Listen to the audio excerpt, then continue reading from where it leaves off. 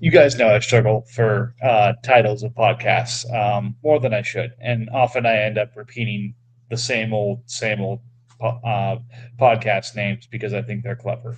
Like, for example, it's the first podcast of our rollover from the 2025 site to the 2026 site. So, for I think the third straight year, I've named this Happy New Year.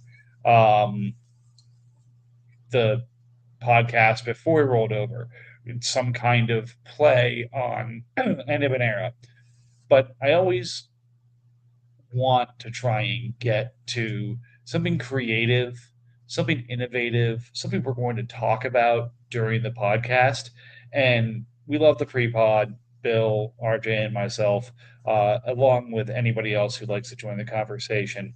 And it was just one of those things where literally, as I'm hitting the start record button, RJ has the name of the podcast just roll off his tongue, and I am insanely jealous. So, despite the title right now reading Happy New Year, if I'm able to change it at some point, this will change to Ruben Bain has T Rex arms. Uh, Congratulations, RJ. You're a copywriter now. I I appreciate it. I don't know what to say. I'm honored. I mean, it's very difficult to better encapsulate what we're talking about here. Obviously, it's the new year and the pod and the site just rolled over, but the rest of the conversation is going to be about the draft. The combine is starting this week, and people are getting excited about that. And we're talking about some of the prospects going on there and how people are going to start reacting to what the measurements come in terms of height, weight so far, in terms of interviews, in terms of what happens on the field. And the best way to start thinking about this, of course, give me a high rated prospect. It's something that everyone's going to freak out about. So, again, perfect. Thank you. This is why you're a mainstay on this podcast and far more creative than I am. So, well done. And Bill, you got to start keeping up with this. So, just be forewarned. I am warned. Love it. Okay. So, anyways, that was nice little lead in here. This is Vikings, of course, with Eagles and Broncos. We're going to talk about rollover. We're going to talk about the combine. We're going to talk about what the hell we do with all this cap space and some of the stuff going on the site so far. And we'll talk about trades. You guys have been busy since we rolled over. And that's going to give us some fun stuff to talk about there. And worst case scenario, we may not make it to an hour and 45 minutes like we did last week, but we're still going to have fun nonetheless. You guys ready to jump into it? Yeah. I love it. All right. So the new site, 2026, we have rolled over. The new scoring is active. Salary caps are good. The picks are input. Everyone is, ready to fire away with way too much cap space and way too many cap years now that their rosters have rolled over. Um, just a couple of things that I'll call to your attention. We had a couple of bylaw changes last year that looked at some of the scoring. That is up to date here. So some of the numbers that were the player stats on the 2025 site may not match the 2026 site. That's because that scoring was updated with the new rules on the 26 site and may not reflect back on 25. Just so you're not surprised or say, hey, I remember a different number for this guy. That's the main driver there. Um, and then, of course, the cap number is based off of what's been announced, and the cap went up dramatically last year to this year. I think it was somewhere in the 20 to 30 million range. We have the 41 roster spots instead of the 40 roster spots to support the change around um, taxi squad, and we've already started the offseason process here. Franchise tags came and went. I don't think anybody offered a first round pick for any of those players. Am I mistaken, guys, or They that's were correct? they went untouched, as they usually do. Yeah, despite everyone hoping that James Conner or Juwan Johnson might get a first round pick put on him. I mean, frankly, I don't blame them. For a lot of these players, I would put it out there. And in fact, a lot of the folks that were exclusive for franchise tagged, I probably would have put the non-exclusive franchise tag on because, um, a lot of those players, if somebody wants to give me a first round pick for it, that's probably fair compensation. Like this is not a lot of things where we're going to let Brock Purdy or players like that make it to free agency. But hey, if Mike Evans would have been non-exclusive, I'd be curious as to what would have happened there. But nonetheless, water under the bridge. We did the holdouts, and we had, let's see, 1, 2, 3, 4, 5, 6, 7, 8 holdout players: Jordan Cameron, Emmanuel Wilson, Alontae Taylor, Juwan Johnson, Drew Tranquil, Travis Jones, Zaven Collins, and Jalen Hawkins. As mentioned, Juwan Johnson was franchise tagged, so of course he holds that coming with that. I believe he may be the only holdout player who has not been resolved so far. Let's see. Wait, did Jeremy may have already taken players off the list that have already been resolved? Yeah, I think he did actually, because or it's a bit of a mixed bag, because Jonathan Taylor was definitely a name that was on that list, but he's been resolved. But Hawkins has been resolved, but is still on the list here. So, look, we're not perfect as commissioners. We do this shit for free. But point being, a bunch of players got thrown franchise tags and got held out, and a lot of them got paid so far. Bad luck by Steelers having Jordan Brooks, who had been one of the great values in the league, getting and holding out and finally getting his money. So that stinks in terms of one of the great values going to getting probably appropriately paid, but that's why we have the rule. He also had Cameron Curl on your side in terms of players getting paid. Sorry, no, you're good. I was just pointing out Steelers got it twice because Cameron Curl held out also, so he was forced to pay 2 players. That was the only interesting one to me. Kobe Turner getting tagged. Saints is 100% correct in his comment whenever he did use the extensions. It is a free extension for a guy who would not have been free on any other day. But yeah, I mean, nothing surprising, really. I think it's more surprising about the fact that Stafford did not get tagged with a holdout. Luckily, I think that was the big one that would have made everything very interesting. Oh, wow, he's really reasonably priced. Yeah, he would have jumped into like the 30s, 40s, even maybe.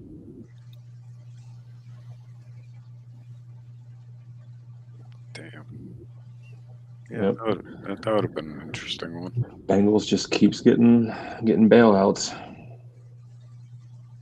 Yeah, I mean, he actually mentioned that he didn't realize even these guys were, I'd say, possible of or eligible of having this jump happen.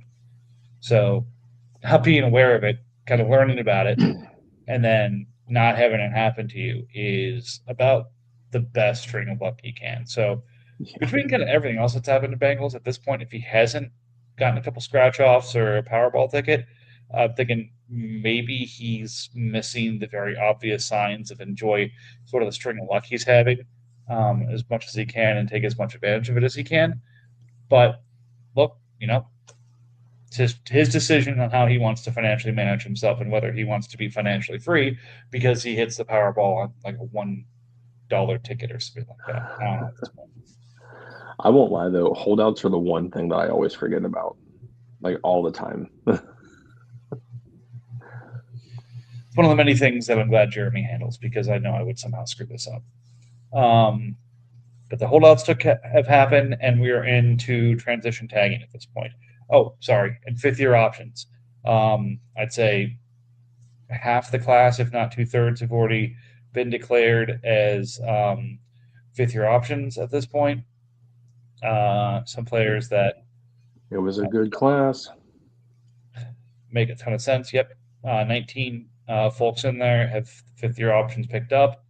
Dalton Kincaid, Josh Downs, Jaden Reed, Cedric Tillman, Junior Gibbs, Devon Achane, Jordan Addison, Zay Flowers, JSN, Bijan, Rasheed Rice, Nolan Smith, Zach Charbonnet, Quentin Johnson, Bryce Young, Sam Laporta, CJ Stroud, Will Anderson, and Jack Campbell. Laporta is the only one who's been extended in there so far, but the others, again, no real surprises at all of any of those 19 that have gotten their 5th year picked up. No, none whatsoever. And now they're all playing the waiting game of, do we extend now or do we extend if they have a hopeful down year, which you want and don't want all at the same time. Right. And then now we're to the point where we're in transition tagging, where you can tag to keep the player, but people can bid on them, and you don't get draft compensation for it. So this becomes a little bit more challenging. There's no draft compensation, but how much more expensive does the player have to get before you say, I'm good? Again, I think about half of these pass through without a bid. I think there's maybe 2 or 3 that are still going at this point with bids, but otherwise we will be through transition tags and ready and buckled in for free agency when that time comes, and we can really start going nuts on some of these players. And again, with all of these already picked over, because this is what we used our tags on. I think it's depressing for everybody a little bit every year, but nonetheless, here we are. With that in mind, any comments on player movements or non-trade actions so far? I'm trying to think here. I mean, I'm very surprised by how expensive some of these transition tags have gotten to. Like Chris Jones at 19 right now is very unexpected. But I know Jaquan McMillan and Paulson Adebo both got bid on, and they're both over. But I don't know. I'm kind of surprised the jump was from 9.7 to 11 on both guys. Like, just bid 10. Like, why jump so high? Like, that's kind of the surprise with me with all of this stuff. Is like, you only have to bid in what, $50,000 increments. So like, why not just go to the next 50, like 9.8? Like, why do this? I'll never understand the logic with that sometimes. Because with McMillan, for a good example, I think you're the one that has to make that decision. Yeah, if you are presented with the option of 9.75 or 9.8, chances are you're just going to match it. But at 11, there's a debate on if it's worth it for you to match that. Yeah, but I mean, there's still corners, right? Like, like I get it to a point, but like, it's still a corner. That just means that they want the player. Yeah. Well, interesting. That's just my take on it. Like, I get the idea, but like, Yeah. why not just do it? Like, I mean, the approach that you're talking about is basically just the act of running the price up more than, yeah, I guess so. more than like committing that you actually want that player. Yeah, I feel like that's a lot of what's happening at this point. Is people are price enforcing a little bit because they realize that yes, 11 million for a corner, I agree, is a lot more expensive than most people are willing to spend. That said, though, people are going to spend that and more on players at those kind of positions because of scarcity when we get to free agency. So it's one of those things that every year it happens. Every year I feel disgusted by it happening. And then every year we get to free agency, and it's a holy shit. They're spending how much on who? Yeah. Yeah, that's very true. And it's God, I really wish I would have spent 12 million on Paulson Adebo instead of, having to spend 8 million on Akella Witherspoon. See, and that's the crazy thing. Like we all know at this point, like unless you've been here, like this is your first off season, like Falcons and I think maybe Bengals. This is his first true off season, but like everybody knows tags are going to be cheaper than free agency, but nobody's willing to pay anything. So it's like this weird like mental freak out. Like, oh, it'll be different this year. No, it won't. No, it won't.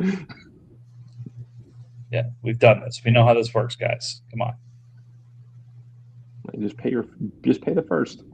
You know, as somebody who doesn't have any stake in that this year, just pay the first. You know, get your guy who's going to be $10 million cheaper than a guy who's half as good. Makes some good sense. But all right, that's enough about kind of the overview stuff. Let's talk about rookies. So, combine's about to start. Bunch of guys are showing up at this point, and I think measurements are well underway. On the field drills start tomorrow, and again go through the weekend. So obviously, it's going to be great for us instead of turning on golf or shit like that. Hey, throw the combine on, the kids get bored and go do something else, and we get to take a nap. That said, some definitely interesting things to keep an eye on. First off, who does what drills? I think, outside of maybe some of the very, very high end prospects, there's not going to be a whole lot of skipping going on, but I could be surprised. And then what do we find out from the interviews and the non athletic testing, such as Ruben Bain having T Rex arms? What were those measurements? Do you remember, RJ?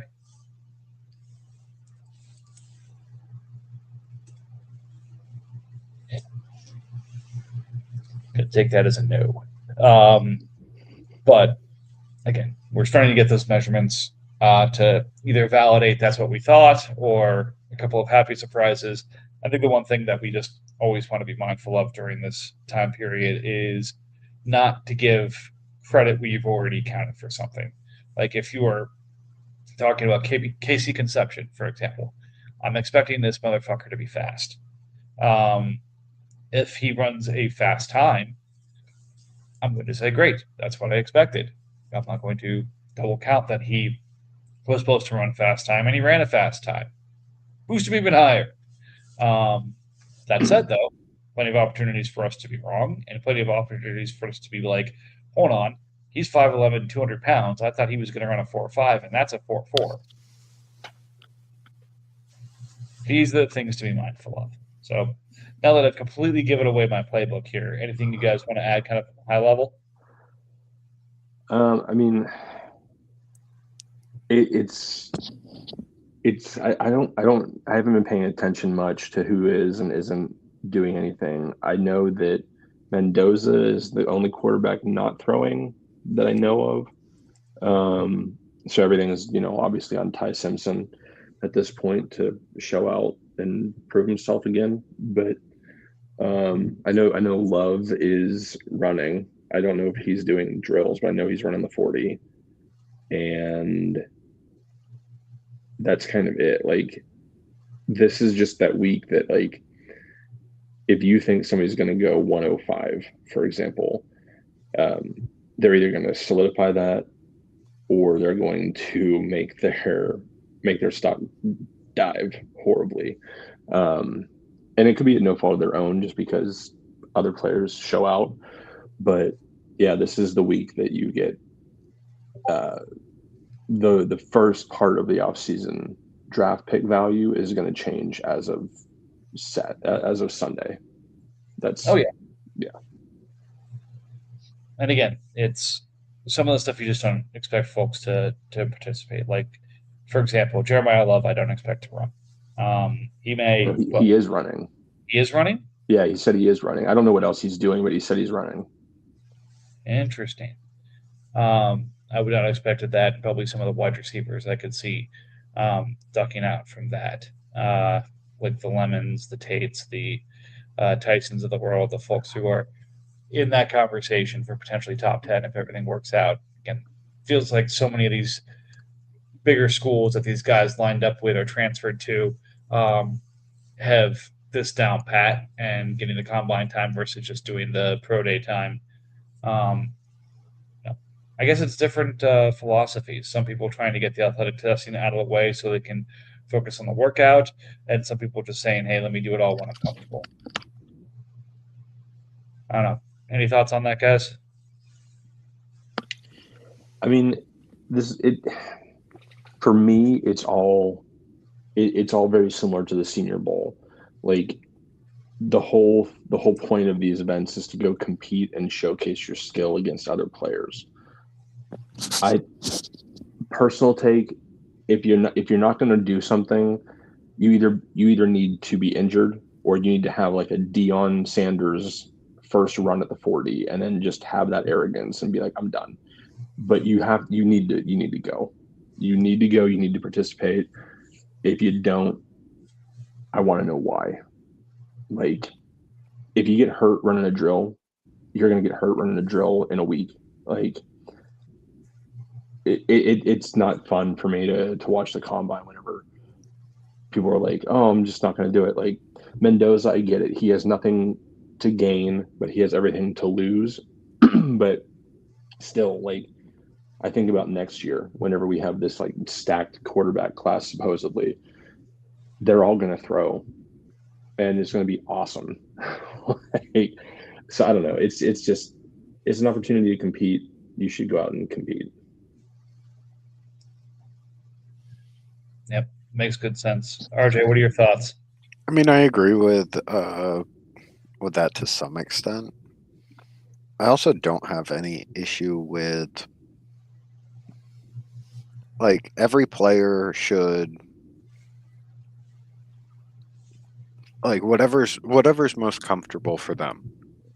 So if they're most comfortable with their performance, say in the Senior Bowl, and that is their best foot forward, and they feel they don't have anything to gain from anything further, that's cool.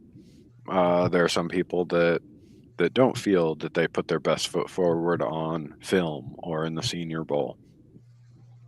Those guys, combine. That's a fantastic thing. If they fall short at the combine, I have no issue with them doing the other. The pro days. Yeah, their pro days. Like, completely cool with that if they're more comfortable doing it at their school in their environment. That's fine. As long as everybody's given the opportunity to put their best foot forward so that we can assess them, in the best possible light. Like, I'm cool with that. Yeah, and I mean the other truth of the matter here as well, and I never thought about this, and I forget what podcast I heard it on last year, but that this isn't just for teams scouting the players they're going to take. It's teams scouting players that they expect 1 point to be playing against. So Mendoza, for example, again, everything to lose potentially by throwing. I get it. He's going to be QB1. He's looking for houses in Vegas. As well he should.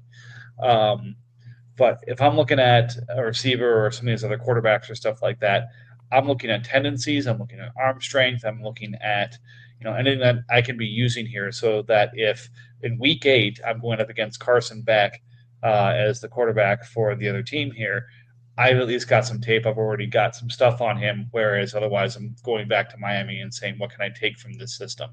So I think there's a lot of opportunity of stuff there. So when thought about it that way, I have a little bit less of a problem with people not participating. But otherwise, I fully agree with Bill. It's, hey, we're trying to make this as even of a playing field as possible. Same conditions, same timing, same situations here. Let's compare everyone to everyone else and see how these things stack out. This is about as even as it gets versus, hey, I'm going to have it set up this way, or I'm going to have hand timers on this, or this kind of electronic timer, or stuff like that, which I prefer. This at least has a baseline that we can at least use to say, what do the numbers say for you right now? But kind of going through the positions here, knowing that Mendoza is not throwing, are there any of the quarterbacks that you're excited to see line up and throw them around here this weekend?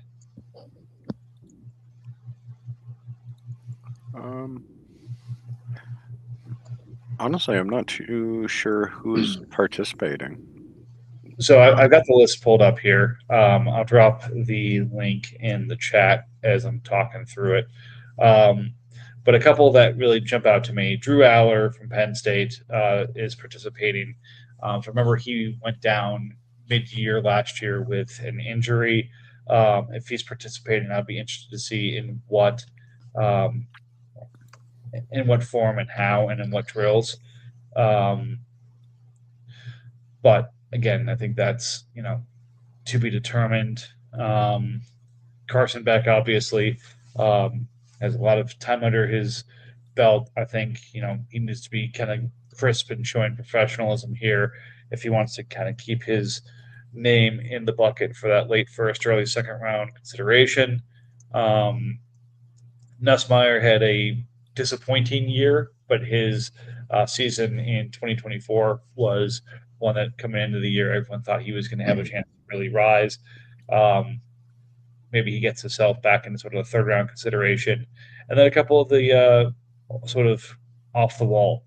Diego Pavia, problem is I think he's like 5'1" based off of measurements right now. So I didn't see what happened on his official measurements today, but that's what I thought I saw from the Senior Bowl, which, like, come on, man. Like, if that's really true, like, forget about it.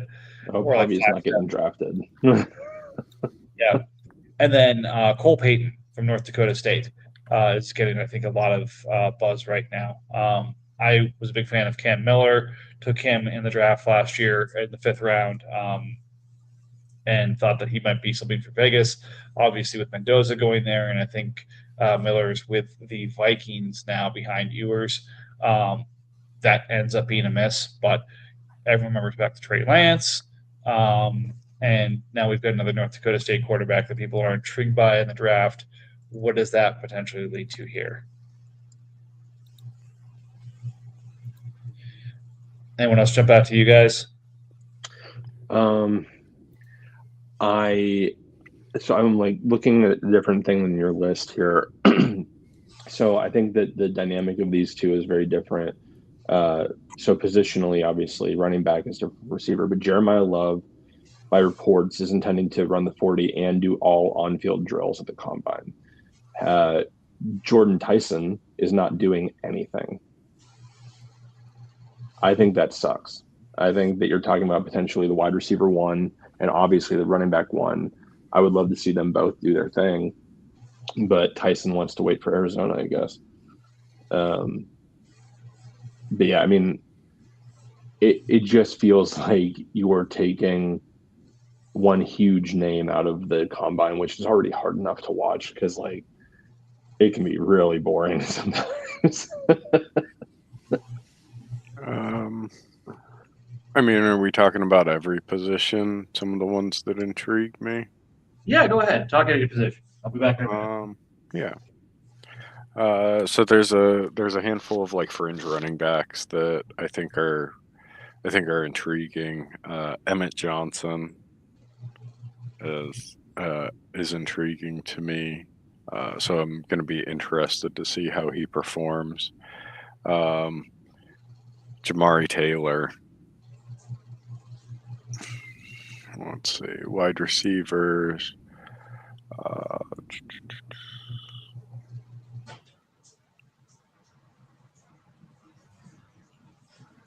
There is an offensive lineman. I cannot remember his name, but he is supposedly, I think he's a center, and he is supposed to be insanely fast. Like, people are talking about the idea that he might run a sub 4.5 40. That would be interesting. I'm not quite sure who that would be. I don't know. I know Gray Zabel did stuff like that last year, but I don't know who this guy is this year. Yeah, to be honest, I don't have numbers for offensive guards. Like, oh yeah, this guy's going to be a speed demon here. So Right. No, I get you. Where I expect to be learning a lot. So just kind of some other things I'm excited for. I'm excited to see the Penn State duo, Allen and Singleton, run, see how they kind of stack up with everyone else here. I think there's a lot of other depth here So again, we're talking about Jeremiah Love, but then Jadarian Price, for example, I think is a name that people are really getting excited about. Part of a two-headed backfield at Notre Dame. It also reminds me a little bit about the recent comparison of Love and Price in this draft and Bijan and Roschon in a couple drafts ago, where you've got the uber prospect that everyone's losing their minds about, but also you have the folks saying, hey, what about this guy? He's pretty good too. Didn't pan out for Roschon, even though he had, I'd say, all the opportunity in the world with Chicago, but seems to be now third or fourth on the depth chart and pretty well buried. But Price, different kind of back than Love potentially here. He could be an interesting day two guy. And then looking at some of these things, there's some pretty good speed on the list here too. I think it's Le'Veon Moss was one of the ones I was looking at that can really run it. And then the one that I think is the Senior Bowl that everyone's losing their minds about was Eli Heidenreich from Navy, where they're like, oh, yeah, he's got a Christian McCaffrey type profile. It's like, wait a second, a Navy kid with a CMC type profile just from Navy, he's going to be a day three pick just from that. But hell, I mean, worth a shot on the day three running back, especially with that kind of profile. Yeah, I've definitely seen his name come up a handful of times in the past week or so. But then, Bill, I completely agree with you with the Lemon stuff. I almost would expect those situations to be flipped, whereas Love is seen as by far the premier running back in the class. You want to do everything you can to solidify those numbers and put yourself in the best situation because nobody's even nipping at your heels right now. Whereas the big three that everyone seems to be throwing around here of Lemon, Tyson, and Tate, any of those guys, if one of them can distinguish themselves as I am wide receiver one, that's probably a top 8, if not top 5 pick, and the money that goes with that versus falling into the teens or the 20s, like usually happens in every draft without sort of an elite prospect. So you're probably talking about a, $1 to $1.5 million a year difference, and then, a $4 to $5 million, option difference in terms of whether you are the first receiver taken or the third of that group. So I could really see somebody needing to jump out there. I think corner is another spot. Like everybody's trying to break down the top, the top corner. That always seems to be the case with the combine. The cornerbacks always seem to separate themselves here, whether it's due to speed or just how they run their position drills. But that always seems to be the position that kind of navigates itself into clarity. Yeah, and I'll say the other thing I'm really looking forward to here as I scroll through the names is the actual real life names associated with the Key and Peele sketch. Skylar Gill Howard, George Gumbs Jr., Xavier Harris, ZXAVIN, Quintavious Hutchins.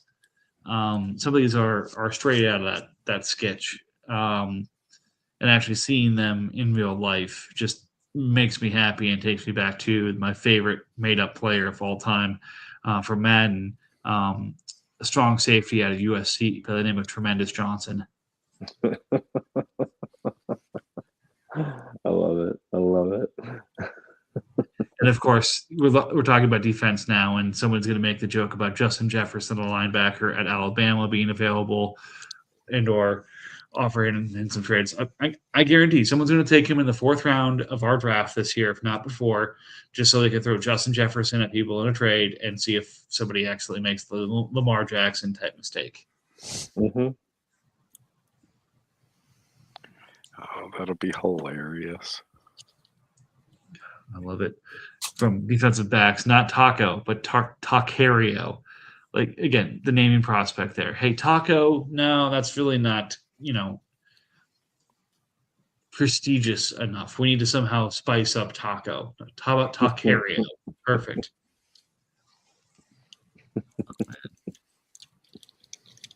That's just lovely, lovely, lovely. So again, a lot of great storylines, a lot of things to be looking at in terms of the players so far. As you mentioned, Bill, some disappointing no shows of folks that could be putting up some fun numbers, but if nothing else, it'll be a fun thing to have on in the background over the weekend. And then, of course, to watch highlights of in the next 3 months as we all drive ourselves nuts in mock drafts and everything to try and figure out who's going where. Oh, that's always fun.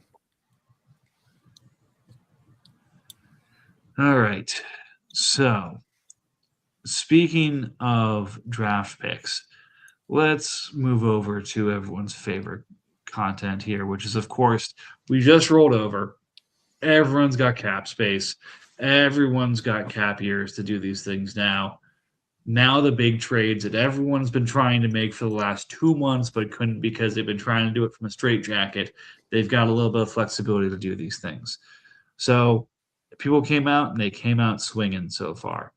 I won't really cover any of the stuff that happened between our last pod and rollover because, not as important. I think kind of focusing on the transactions of the last, I'd say, week or so is the more interesting stuff anyway.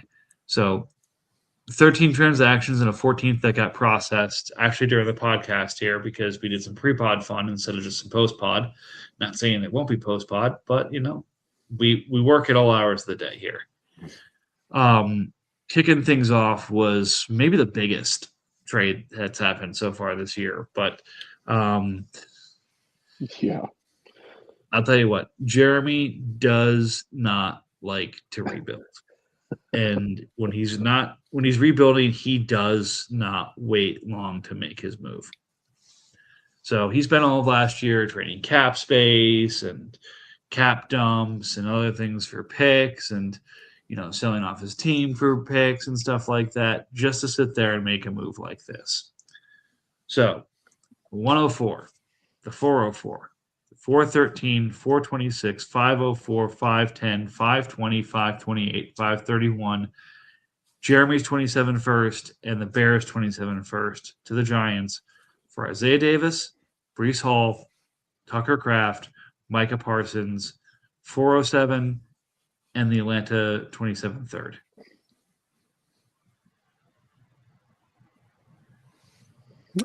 Well, congrats, Jeremy. You're in the running for second place in your division. I mean, yeah, I hated every bit of this. The 104 is the premium piece here. I get that. But Micah Parsons, Tucker Kraft, and Breece Hall all it's monstrous. have to be first round, if not multiple first round players. Yeah, it's monstrous. And again, to build that around the 104, the Packers first next year and the Bears first next year. First off, I appreciate the confidence in me to say, well, the Lions just made the Super Bowl and the Vikings are in this division and God knows what they could do. So one of these two picks, whether it be the Packers pick or the Bears pick, is going to suck because, just by sheer numbers. I appreciate that confidence, but again, this is very much seeming to me like a premium pick this year, and then 2 mid-round picks next year, and a bunch of fourths and fifths for some premium shit. Well, this is kind of like what. I don't know. I feel like this is kind of a surprising shift for Giants. He likes to be competitive, but at the same time, like he also really loves his really like high-end names, and 104 can help him get another one. But man, this looking at it, it just looks so much better for Packers than it does for Giants. But this also is contingent on Tucker Kraft being healthy, Micah Parsons being healthy, Brees hopefully not being a Jet, But man, looking at it, I say Packers, but Packers doesn't have hope. Giants does have hope because picks bring hope.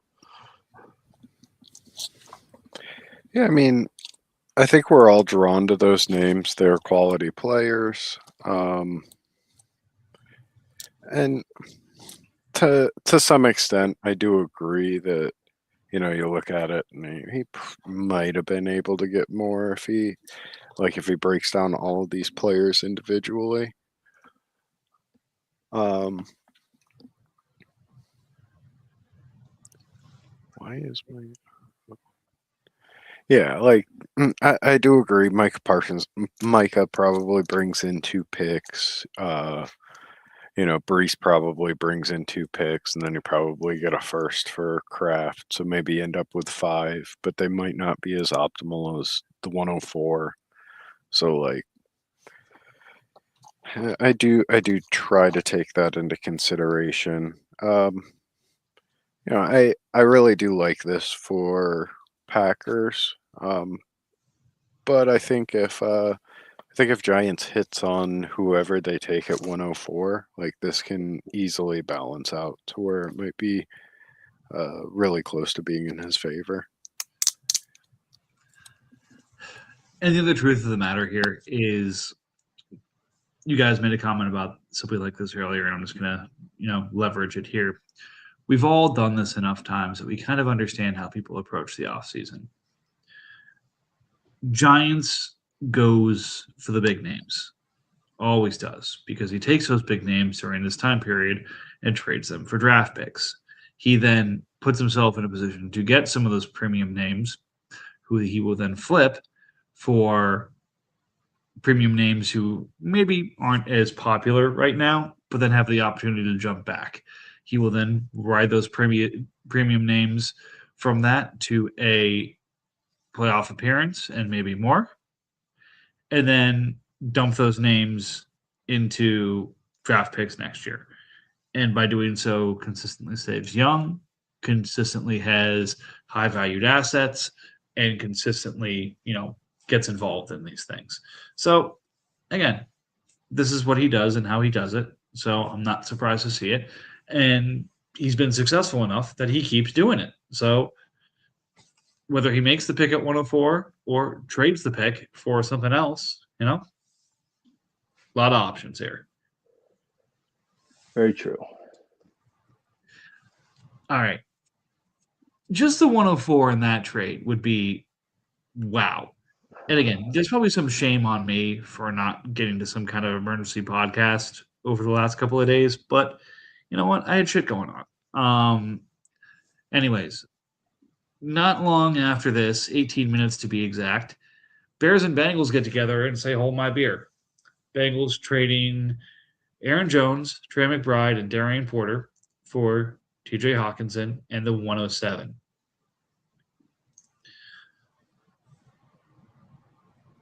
McBride is expensive. He was on his 5th-year option. He's on the Pro Bowl. He has been trade extended for 3 more years, and he is a $26.4 million tight end. That said, he also scored 300 points in our league last year. So hard to say he's not worth it. Hawkinson had a bit of a tough year last year with McCarthy's growing pains, but is still regarded as one of the top tight ends, probably top 12 to 15 in the league. And the 107 on top of it is a nice compensation for the top tight end. But I'd say compared to what gets spent on players like Bowers or Pitts or stuff like that in a draft, probably like saying a player like that would take the 107 or 108 to get, and I just paid to get that player, and I know he's that good. So it seems like a lot to pay, but for a player like that, it also seems like jumping the line from, if I invest this in this player, this is what I expect out of it. And now he was able to invest that in that player and know that's what he's getting out of it. So I think, good trade on both sides. Still seems a little bit expensive to me for a tight end, but with what McBride does, I'm all for it. I think this is fine. I don't know what's going to happen with Aaron Jones, obviously, but like I don't know. McBride is in a position depleted area. McBride is certainly worth the 107. Grant, yes, the salary is high, but Bears has cap. He needs a piece. He's trying to compete. Obviously 107 is a high number, but this class isn't exactly like thrilling, right? So think about who would be there at 107 potentially, and who would you rather have, regardless of salary? I'd rather have Trey McBride. And TJ, I don't know what to make of TJ. Like this could be a walkaway win for Bengals if TJ comes back and is a monster again.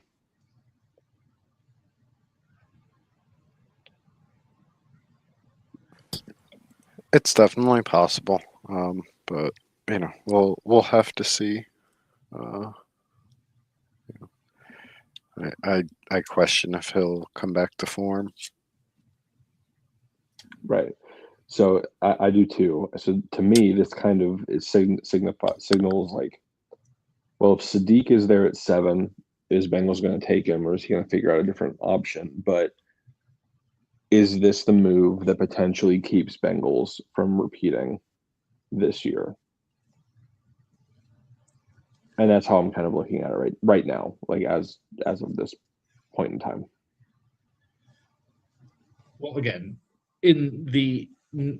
I say hold my beer, but once again, hold the beer, because Bengals turns around and goes to Titans, the owner of Shooter Sanders, and says, "Boy, do I have an idea for you.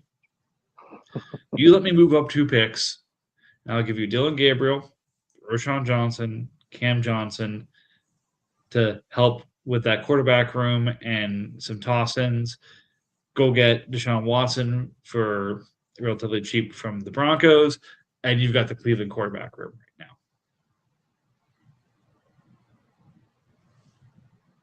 Yeah, that's great. I think that's a fun thing for Titans.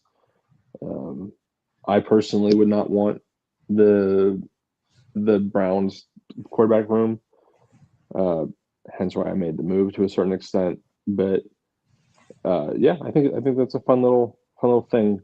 He'll have some trade assets down the line.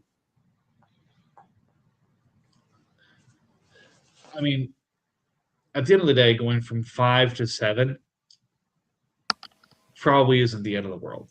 I think the way we're seeing things stack up, I think there's probably a tier break right now at 5. But again, between now and April, that could change completely. But, moving down from 5 to 7 currently feels like it should be more expensive than those 3 players. But if you're talking about, hey, how can I pick up some things that I want without giving up something substantial, that's a creative way to do it. So I give them full marks for that. And then 321, the Seahawks, 27 third. Low price to pay for Deshaun Watson. Actually, is it? As soon as it's out of my mouth, I don't know if I can actually. I don't know that it is a low price for him. Yeah, as soon as it's out of my mouth, like if Watson is able to be a starting quarterback somewhere else, it's a low price to pay. There's a lot of ifs in what I just said.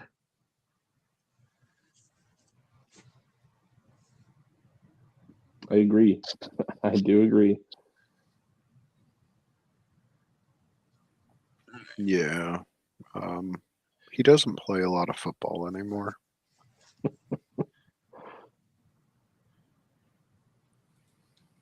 I guess it's almost a question of what situation would Deshaun Watson need to rehab himself? Like from a public eye perspective, or from a quarterback perspective? Both. I mean, public, he'd have to do a Mike Vick like redemption tour kind of thing, which he won't do because he still doesn't even say he's responsible for it. Quarterback wise, he'd have to be what he was in Houston for one season. Right, but again, he can't even seem to get healthy enough to be on the field to do that at this point. Right. So he may never get that part of it done.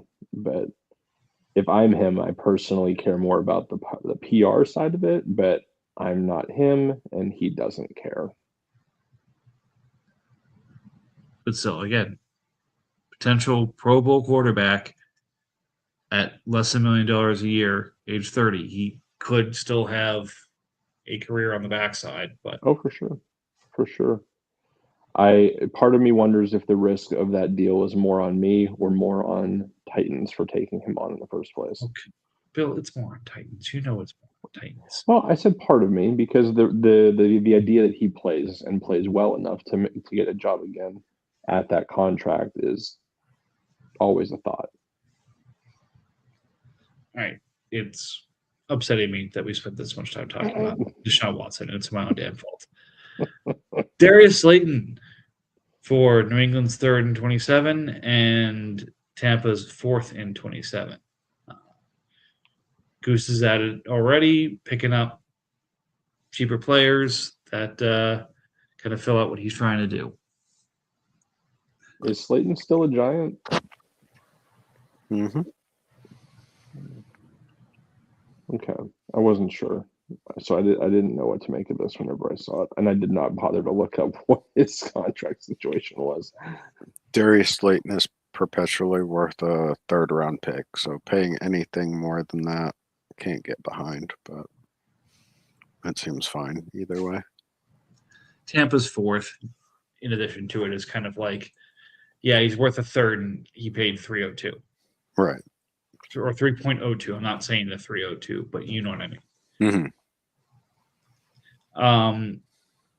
Chase Young for a couple of seconds. At first, I'm like, really? Chase Young? What? WTF? And then last year, double-digit sack season. I had no idea until I actually checked and saw that he actually seems to be making something of himself in New Orleans, but that seems to be the case. So, Dolphins turning to take some of that draft capital he has and turning it into players. We'll see what else happens here, but Jags is picking up some more draft capital for some of the players he has. With Mahomes probably starting the year on PUP. We'll see kind of how he decides to start his year off. I think he always tries to do a tank or rebuild, but never really gets a chance because he's got too many good players. So I think this is a question of, does this continue or is this sort of opportunistic? Oh, this feels opportunistic. There's no way I'm offering the 203 in this deal if I'm holding it. I don't mind the two twos, but 203 is unacceptable. Yeah, I feel like it was a bit much.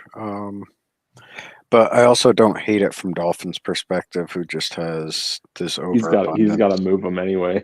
Yeah, so like whatever. I'll throw him some appealing picks because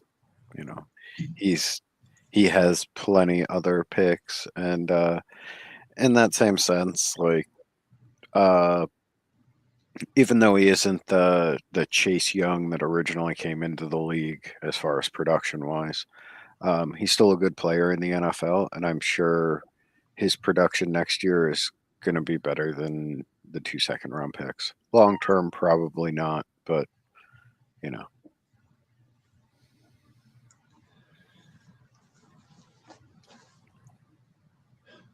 All right. So I had to look at this next trade about 3 times just because it was making my head hurt.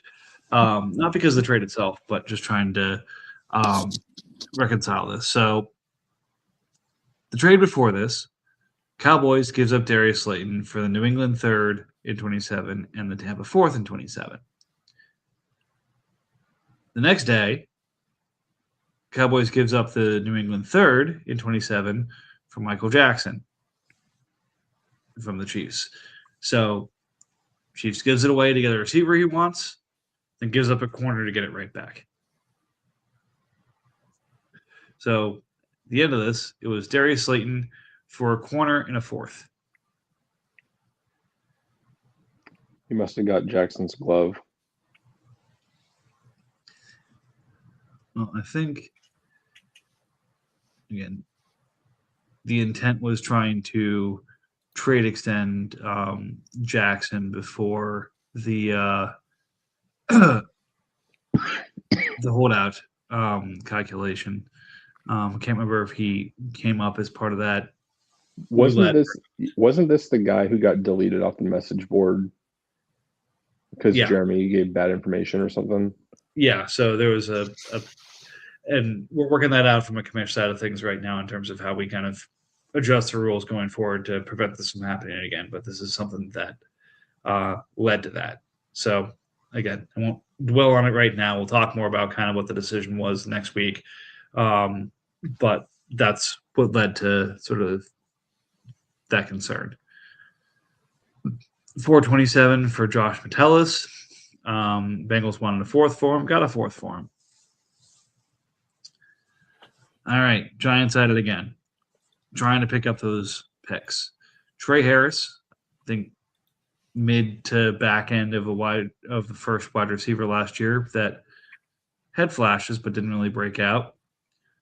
And Quay Walker, linebacker in Green Bay, younger, but again starting to make a position for himself here for Deion Henley and the 130. Again, linebacker swap, and Trey Harris for the 130. Seahawks keeps getting younger, and Giants keeps adding draft capital.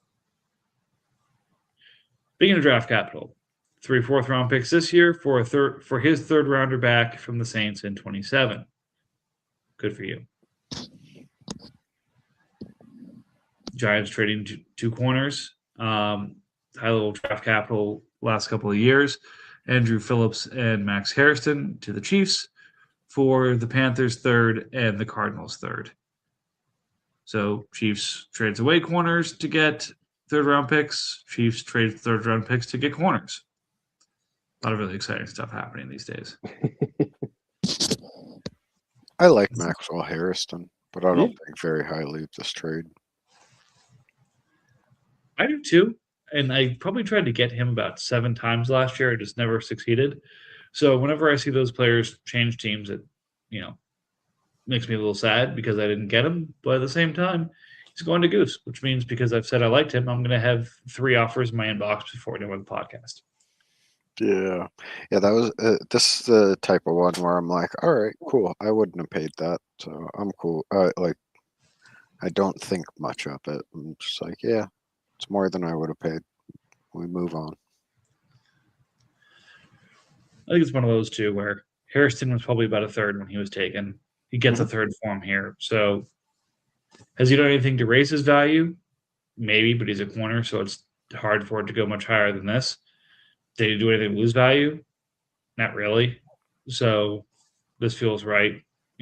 True Phillips, not sure if that's still the same case, but again, it's close enough. And we spent way too much time talking about corners. Damn it. This next one was one that got a lot of conversation. Saints trading his golden boy from last year, Kamir DK, for the 218. Top 10 receiver last year, primarily because of his return prowess. However, as well noted, we did some nerfing of the returning stats this year because of DK and some of the others really jumping to the top of a tier of wide receivers that we didn't feel was necessarily warranted. We wanted to reward the increased value of the position for players like this, but having a day 3 rookie that had less than 400 yards receiving during the game show up as a top 10 wide receiver in the league doesn't reflect real life league. So there's some nerfing there, but at the same time, 218 for that player could be a selling medium, selling low could be a terrible move or could be a prophetic move next year. It's really tough to put my finger on. I think as of right now, this is a very solid deal for both sides. I do not personally see DK becoming anything less than the wide receiver 3 in Tennessee. They might add one. Sure, that's fine. But that just means that DK is going into the slot or operating as the 3 in general. And he's still going to be the return man. Like, I'm more than content with this. Like, what are the odds you're going to find a guy who's going to have that level of performance at 218? You know, like, even take 50 points off of it. What's the odds you're going to find that at 218? Yeah, no, this is a solid deal. Like, no other returner, if you wanna consider DK a returner, would bring this type of value, but also no other returner is giving you 400 yards of receiving. Right. So like I think that's solid.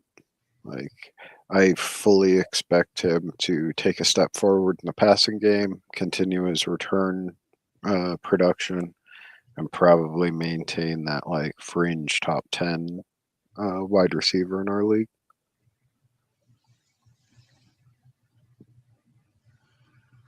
Yeah, and again, second year player to do that is a great value. And if it's a situation where he does it for 2 straight years and he has to start looking at extending him after next year, that's not a position that he wouldn't necessarily want to be in. Yeah. Well, if he does it, so I don't know if you and Jeremy talked about this or not, but if he repeats this performance, are you guys going to go back to the old return scoring since it's not a fluke? Well, again, it wasn't DK necessarily. It was probably about 3 or 4 return heavy players that crested into that tier that we felt was probably inaccurate to how the league would value receivers. Now, we recognize there are some positions in our league that are just valued differently, and that's fine. But for example, DK finished as wide receiver 7 last year. The next player we really looked at for this was, I think, Rashid Shaheed, wide receiver 15 in the league. A lot of that was due to his return prowess. He had 687 yards and 2 touchdowns, which is solid, but his receiving accounted for about half of the value he produced on the field last year. Turpin, another example of this, a 200 plus point player last year, wide receiver 19. And this is after we've nerfed this. So we've got 3 guys who primarily driven by the receiving prowess, not driven by the receiving prowess, more from the returning prowess, are top 20 receivers in our league. It felt like something. And then Malik Washington was kind of the coup de grace on that. 317 yards, 46 receptions last year on 65 targets. He barely had, if he had it, 100 points receiving last year and was over 200. So the idea here was to bring it more in line, put these guys a little bit lower in their tier while still accounting for their contribution. And we'll see how it goes here. If we over-rotated, we'll adjust back. But I think we felt pretty good about where this was landing here and kind of taking gradual steps towards a solution rather than saying, oh, this is too high, go from, 1 point every 20 yards to 1 point every 50 yards. Yeah, I think it's a reasonable reaction. I think it was just a unique case of a lot of the return guys are starting to make their way onto the field as far as like offense. Whereas, years past, the specialists, the guys that really like carved out a name as return guys were like Jamal Agnew, who didn't see the field when he was a cornerback and didn't see the field when he was a wide receiver, who's a special teams only type of guy. Where like that's just not the case. There's 8 to 10 of these return guys that also just happen to be the slot receiver, or the wide receiver 3 on their team, and getting any amount of production just double dipping. They get 2 seasons worth of production.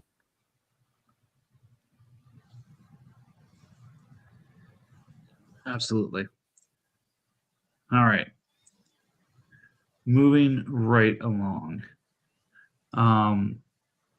Got another 3rd-round pick from the Chiefs. The Commanders 27th third to the Saints for James Houston and 2 5th-round picks. Houston was one of those where really had a nice flash for a couple of weeks there as a min-salary player that is trade extended as such, but had 5 sacks in sort of a short appearance. So 27 years old, Goose is absolutely betting he could do it again. I mean, it can't hurt. It can't hurt. I don't hate it, but I don't love it. It's just one of those deals that's like, okay. Yeah, perfectly fine. He's one of those. He's a boom bust type of defensive end.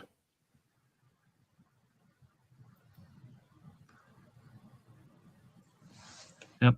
And then last but not least, as mentioned, Bill and I making the pre-pod trade. DeForest Buckner and Kyle Hamilton coming to the Giants for Walter Nolan and the Chargers 27 4th-round pick. I pick up an extra. All of that cap space I had, half of it just went away.